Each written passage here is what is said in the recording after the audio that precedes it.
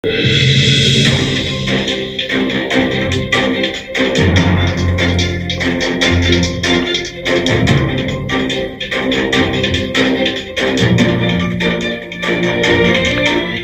sehlaɓe heɗotoɓe radio Jowsar jamhire moon nan garti hannde oɗo ñalawma talas 10 lewru novembre hitan ujunnaji ɗiɗi nogas joyyi habruji moɗon ndemgal Pulaar toɓɓe men ɓuri mawnude ko États-Unis puɗɗoɗen noon toon to Washington ɗamina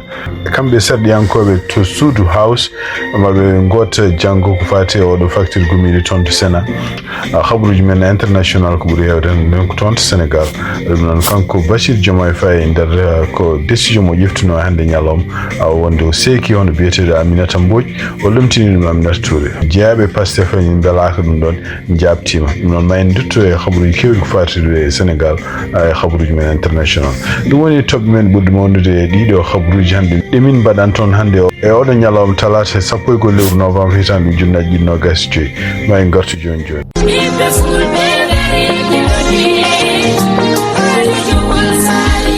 Radio Jowol Sare International dole lingu gondia kono dole Radio Jowol Sare ko hettuyankoɓe mum Amérique, Asie, Océanie, Europe, Afrique no keɗo Radio Jowol Sare International.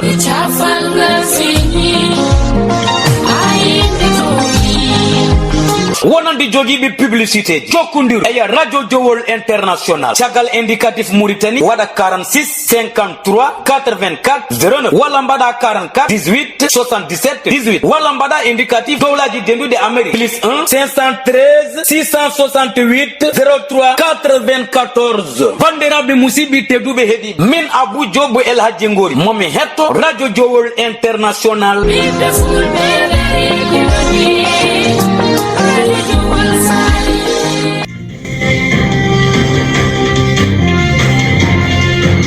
bandiraɓe sehlaɓe heɗotoɓe radio Jowol Sare jamhire moon guiddoɗen dabol koko fati e weeyo toon so Cincinnati gonɗen ko 2 degré ɗum noon ɗo e min wima yettoyo moins 1 degré celsius ɗum noon toon to New York ko 6 degré gonɗen toon to Nouakchott ɗum gonɗen ko 24 degré toon to Paris ko 9 degré woni oɗo saha joni donc tumnen hande service to prix ko fati e weeyo ɗum noon ñande alarba janggo ko ɓuuri hewde diwan Cincinnati wonata ko hakkude 1 degré e 3 degré alhamis ma température o montu seeɗa woni e hadde 2 degré ɗum noon ñande aljuma nde nangue ma yaltuma woni 8 degré 10 degré wonata ko ñande samedi nangue kadi ma ɓeydi yaltude ñande dimanche température kadi ma teloy wonte 0 degré talata garowo ma en puɗɗo yidde toɓoji ka yettonma à 7 yontere aronde tumnade hande service to prix ko fati e weeyo neige ɗaminaka yontere aronde foof wonande Cincinnati e ko taari bandiraɓe sehlaɓe heɗotoɓe radio Jowol Sare habruji men États-Unis puɗɗoɗen ko toon to Washington e tumnade kadi ko winda toon to CBS News hono kamɓe toon to Sénat ne wayno ɓe mbawino vodde hanki ko fati facture moɓe jam nanodiri ɗum noon nde ɓe dañi kene wona 60 voix contre 40 pour wawde signide oɗo facture oɗon facture kadi ko baɗɗo kalis kene wawa wallude gouvernement fédéral ko ɓuuri hewde programme uji muɗum continde liggeyaji muɗum ha ñande 30 lewru janvier ɗum noon e wayno ko à partir nden kadi ko walla ɗo e nden kadi kamɓe toon to Sénat e toon to sous représentant ji ɗum noon ko démocrate et républicain ji maɓe continue wawde haldude donc sifti ɗon tan en wayno ko toon to Sénat yimɓe jeetato taw ko démocrate en mbawi yentude républicain ji ɗum noon taw ko kadi pour wawde ɓeydude chance beele gouvernement ne continue wuddidde dame muɗum donc en ɗamina hono kamɓe toon to sous représentant ji hono kanko Mike Johnson taw ɗo fuɗɗimi noddude guila hanki républicain ji ɓe wino kañum koye goto mum fof yaha heɓoya état muɗum walla nokku muɗum sibabude ande mo ɓe gona Washington oto démocrate en poursuide ɗumen pour wawde vodde Obamacare o wino hanki à partir de hanki wonno kamɓe républicain ji goto fof yo heño arta toon to Washington beele en mbawa ñande alarba garoɗo o janggo e mbawa fuɗɗade vodde ko fati awɗo facture gumiɗo toon to Sénat toon to New York e tumnade kadi ko ummi toon to journal biyeteɗo Reuters no wayno ko kamɓe yimɓe liggotoɓe ko fati en galleji walla ko fati no koɗan ɗum noon yeeyoɓe galleji ne wayno ɓe pelliti kadi liggodirde hono Zohan Mamdani ɗum noon cuɓade caggal woteji banɗoɗe ñande 4 lewru novembre yo ardo wuuro New York ɗum noon ka partir de janvier ɗum noon e tumnade koɓe kalimi mbi wonde ko haysinde teskirtinomo wonde ko addi campagne o walla ko nder campagne o kamɓe ɓeɗo liggotoɓe ko fati o ɗiɗo business aji ɓe gondani Mamdani programme uji muɗum ƴeftuno surtout wiide wonde so tawi kañum wonti maire New York ma kala ko fati ko yoɓeteno ko fati loyeji kañum hoore mum en wayno ma dartin ɗum ɗon ɗum noon wiide mabɓe oɗo saha joni ɓe pelditi liggodirde momdani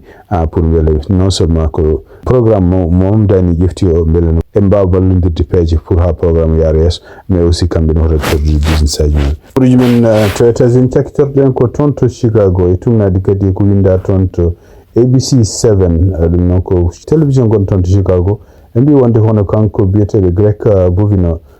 ko neɗɗo guminoɗo toon to Texas tawi ko nelaɗo kadi ne arde garduji muɗum pour nadde toon to Chicago e ɗum wadde patriote tumngal hande koɓe kalimi mbi wonde ko kanko e yimɓe makko maɓe gumma toon to Chicago pour yaade banggue goɗɗo so yaade wuuro wongo kadi ganduɗa kanko Donald Trump mo suwi ɗum état taw ko démocrate en ɓuuri lamade toon walla kanko hoore makko ruttade toon to central secteur ɗum noon ko toon to Texas donc tumngal hande habaruji gummiɗi toon Chicago en wayni ko kamɓe département homeland sécurité ɓe mbi wonde ko en wayni ko hay sinno kanko Bovino yeehi firtani wonde ko koɓe yaaɓe maɓe continue wonde toon ɗum noon maɓe continue jogade won garduji heddiɓe toon to Chicago e wiide maɓe kadi wayno ko sibabude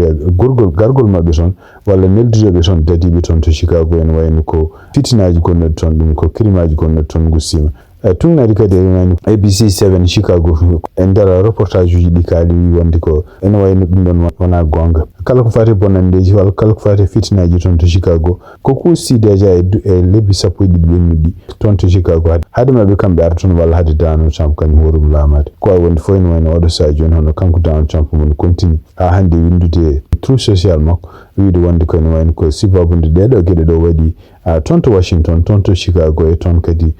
to Los Angeles ko ɗum waɗi kon crime aji gussima toon ko siftin ɗon toon to Washington DC ene wayno ko juge goto wi wonde ko yimɓe ummiɓe toon to West Virginia taw ko garde national uji neldaɓe toon to Washington DC ene wayno ɗum ɗon ko Donald Trump en jogui hen duwa donc siftinɗon tan ko wawi wonde fof kanko Donald Trump gueɗe ɗe waɗata ɗe ene surtout yen won tribunal uji won nene continue hande rokkudemo gonga hay sindo wonde ko ñawoɓe won wiɓe wonde ko ɗiɗo gongaji ɗi rokkidi ɗi fof ene wayno ko ɓeɗo ñawoɓe ene wayno ƴeewani holko constitution yamiri surtout yenno kanko Donald Trump hutorade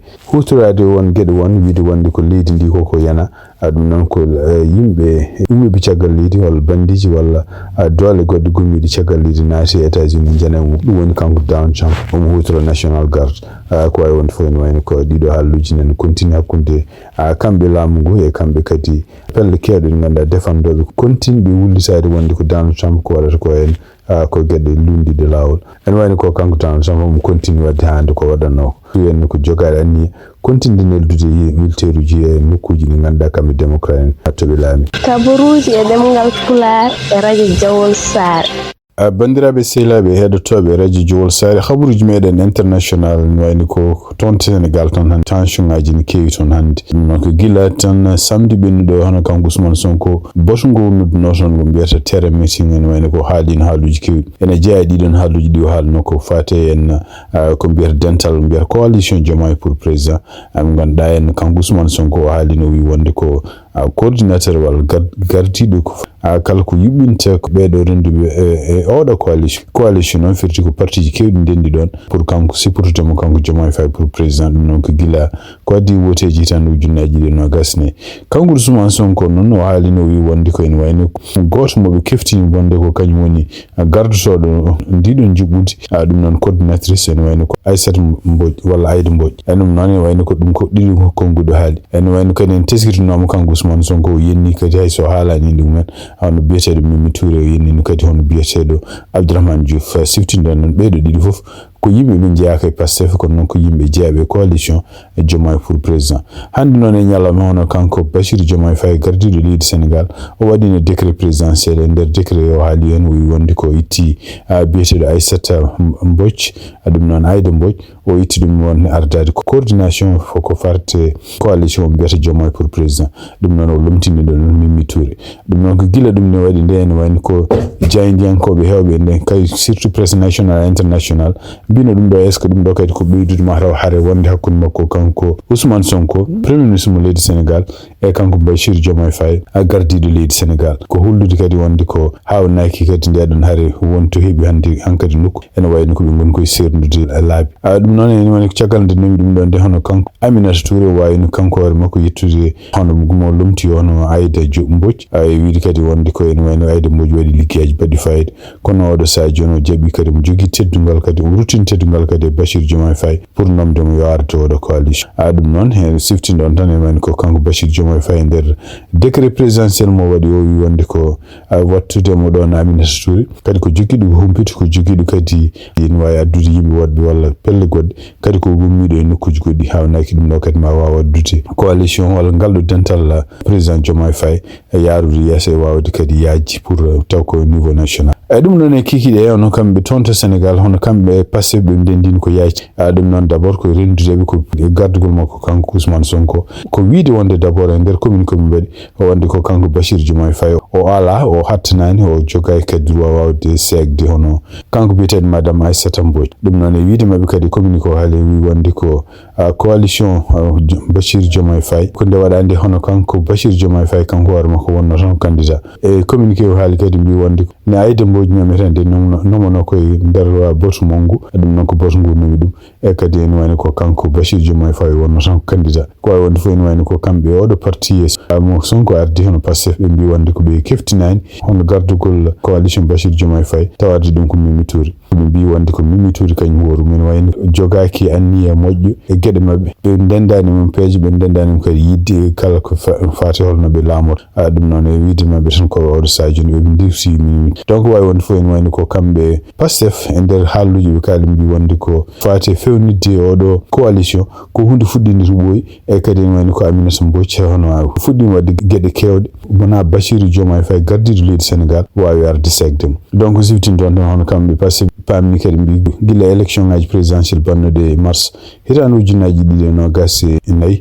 en wayno ko liggey ko faati fewnide odo coalition halfinno dum ko kanko Aïssata Mbodj kadi en wayno wadi projet kewdo windi kadi kuule mabbe ko kuule coalition e ko en gede nganda en kuule nder règlement intérieur pour ko faati nder fed e wiide mabbe kadi communiqué on wal kadi kadi monde ko dedon gede de nan kanko Aminata Mbodj o windi dum e dum no kadi ko hunde nganda yettinama parti kewdi dendude odo groupe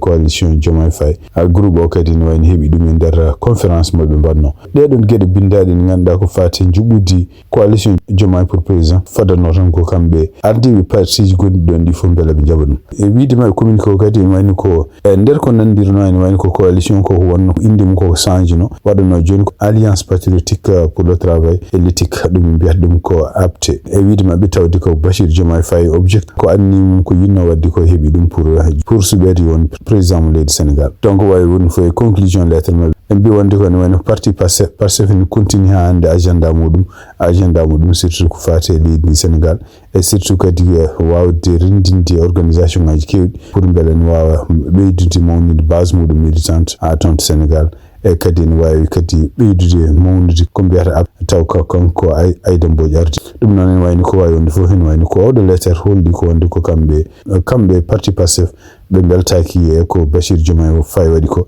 e wiide mabbe kadi kono Bachir Diomaye Faye gardido leydi Sénégal ala droit segde Aminata Mbodj e kadi mo addi o en pour yo arde coordination Diomaye pour président dum ko hunde nde wawa wonde dum non wayno dum do kay communiqué ciakkito mo ganda Sénégal hebi dum taw ko kanko bietede Youssouf Sani e windi dum non ko hande jamma tonto Sénégal donc hande sifti non tan en wayno nyade jete liwno o nyande kanko batu makko walla moɓodirangal nodduno kanko Ousmane Sonko en wayno ko yimɓe hewɓe ɓe bonnuɗon indi men tawde ko yimɓe ganduɗa wonɓe gouvernement makko kanko Bachir Diomaye Faye oɗo sa en jeyano hen ono kanko Mimi Touré o haali no wi wonde ko haysindo haalani mi wuye ni no wi wonde ko debbo gonɗon ene sikka wonde ko jeeya koye mabɓe kañum hoore mum foti ko lawƴete en wayno ko Mimi Touré o haalanno o haalini hen kadi haaluji kewɗi ganduɗa en haysindo haalani ɗum hono kanko Abdourahmane Diouf gonɗo oɗo sa joni ministre député ko fati environnement e oɗon saaha e oɗon ñalawma kañum hoore mum joɗino ton to Brésil tawni kañum hoore mum ko Bachir Diomaye Faye gardiɗo leydi Sénégal nelno ɗum ton e ɗum ɗo kadi ko hunde nde ganduɗa kanko Ousmane Sonko en wayno o haali mum haaluji bonɗi kono noon jabaki kita kadi e duminaji ɓenni ɗi hono tonto president so hono kanko Usman Sonko kadi no waltino hino feyno Bashir Diomaye Faye nde neldi hono Amsatou Sow en non ko neddo mo ganda represent no dum kanko Bashir Diomaye Faye dum non tonte e manditari hono kanko parti mako kanko Abdourahmane Diouf dum non kadi ko fu nde waltaken ko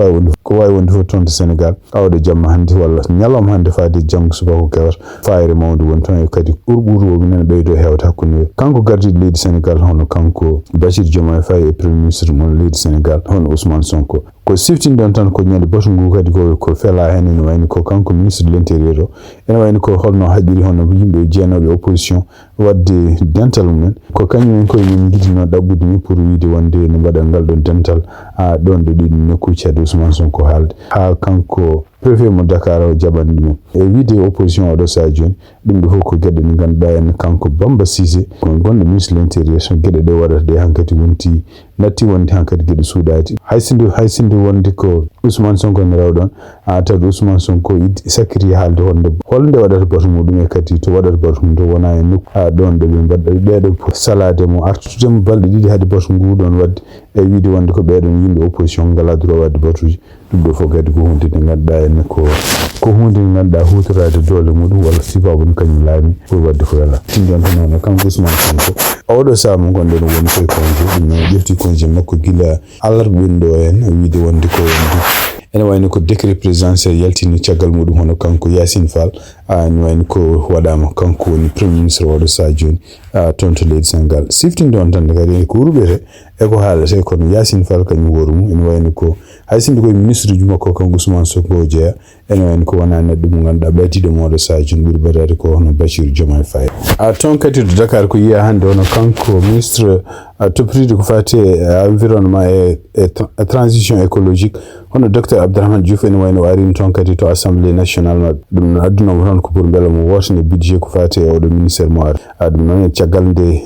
yetti nde ene wayno ko yiyama wonde ko député ji kewɗi kuccide makko ƴettoje ɗe noon ene wayno ko haɗani wadde ligguey makko o continue wawde jabade question ngaji ɗi ganduɗa won député ji namdinoma ɗum ɗum kadi addi won député ji wonnoɓe toon e oɗo e assemblée nationale kañumen koye men sibaɓe mette ɗe jiiya ne sibabu nde o conte gonnoɗo hakkude kamɓe député ji kanko ministre toppitiɗo ko fati environnement hayso o jaabaki kono noon kadi ne wayde ko ɓerɗo men muse surtout yiide wonde ko kamɓe rendunoɓeɓe oɗo saha joni goni koye habde ko wawi wonde foof kanko Abdourahmane Diouf siftinde on tan ene wayno ko arti toon to Sénégal caggal nde milda mission toon to Brésil joɗanade toon Sénégal e inde kanko Bashir Diomaye Faye donc siftinde on tan kanko Abdourahmane Diouf kadi ne jeeya yimɓe mo ganduɗa kanko Ousmane Sonko o haali haaluji kewɗi ko fate fotɓe yaltinede gouvernement e wiide makko kadi ɓeɗo yimɓe ko wona yimɓe gonɗinɓe haare nde ɓe gondi e kamɓe Pastef ɗum ɗo fof kadi ko sifaji won ko mette gonɗe hakkude kanko gardiɗo leydi Sénégal e kanko gardiɗo laamu Sénégal hono Ousmane Sonko ko wawi wonde foof ɗum ɗo kadi ko toon to assemblée nationale kanko Abdourahmane Diouf ene wayno ko député ko ɓuri heewde en député ji Pastef ne darima ƴettima o mbi wonde ko gotantama pour budget makko budget ko ganduɗa ministére toppitiɗo ko fati environnement et transition écologique hande toon to Sénégal cekkitoɗen kadi ene wayno ko wanno toon to Sénégal hanki altine on kanko Bashir Diomaye Faye fortino nelaɗo UNESCO Audrey Azoulay ɗum noon kañum directeur général de l'UNESCO ɗum noon nde fof no ara toon nde kanko Bashir Diomaye Faye ene wayno ko haawi yimɓe on noddi hono Aminata Touré ɗum noon ko ancien premier ministre laamu leydi Sénégal e kañum hoore mum kadi meeɗi wonde présidente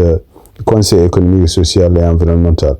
toon to Sénégal ɗum noon e wiide ɗum noon noddude Aminata Touré tawi oɗon ngalɗo potital hakkude makko kanko Bashir Diomaye Faye e kanko kadi gardiɗo UNESCO ɗum ɗo ko hunde hulɗude wonde ko kanko Bashir Diomaye Faye o jaɓani konngudi Ousmane Sonko haalno ñande ni samdinde wiide wonde ko Mimi Touré ko neɗɗo poɗɗo yaltinede e gouvernement hen sigi wabunde won rapport mo ganduɗa gandaɗo taw ko inspection général ene tuumimo kanko Mimi Touré e gueɗe kalisaji ɗi ganduɗa en taw ko rapport o waɗa ko guila hitan ujunaji ɗiɗi nogas ɗum noon wayno ko kanko Bashir Diomaye Faye ɗum ɗo fof addudemo kadi Mimi Touré yeeso ko directrice UNESCO e surtout en kadi hokkudum kongol pour wa wallude ɗiɗo délégation ngaji ɗi